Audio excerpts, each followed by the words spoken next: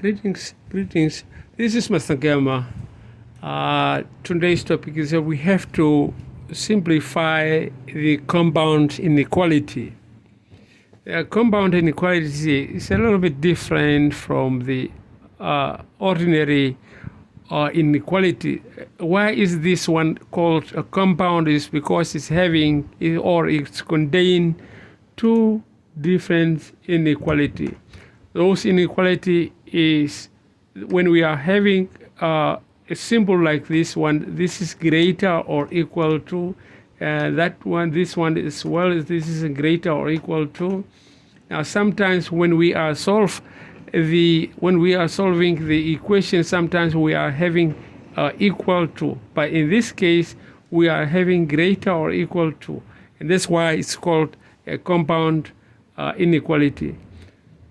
This is a given problem, which is negative 2 greater or equal to 3x plus 4 greater or equal to 13. That is a given problem. Now, when we start solving these problems, we are going to take a look at those numbers. And first of all, we want numbers which is containing x to be by themselves. The same way we are solving in algebra. So now in this case, the first step, what we are going to do is that we are going to subtract a negative 4 from the positive 4, and we want them to cancel each other. Once we do that, we are going to subtract from all those where we see numbers, okay? And that's why we subtract here negative 4, and here again, here we are going to subtract. And once we are having two negative, we are going to add those two negative, and we are going to have a negative 6. Now finally we are having negative 6, which is greater or equal to 3x greater than or equal to well, if we subtract that, that will give us 9. Okay.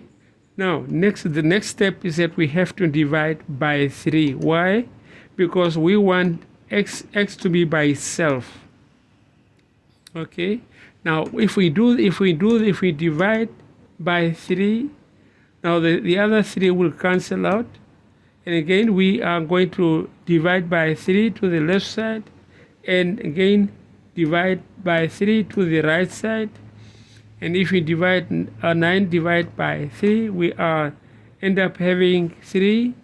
And if we divide negative 6 divide by 3, that will give us negative 2. And that is our result, which is negative 2 is greater or equal to x, greater or equal to 3.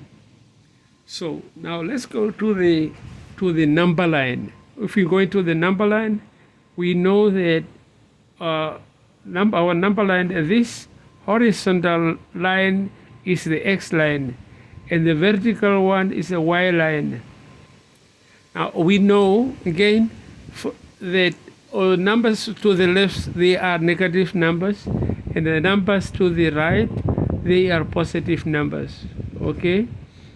Now we have to draw this according to the result, and the result is negative 2. That is what we are having here, and positive 3. That is what we are having here. Now we are saying now the x, now negative x is greater or equal to x. Now this means all those yes, and that's true, all those numbers going to that side, they are greater or they are greater and equal to negative 2. And the same thing, that is what happened here. All these numbers, which is 4, 5, they are also greater or equal to 3. Why am I saying equal to? Because of this line. Why am I include the negative 2 is also included, and that's why we color it this way. If we're not having that line, we could draw just a circle. Okay, that's all for today. Thank you very much and have a good one. Bye for now.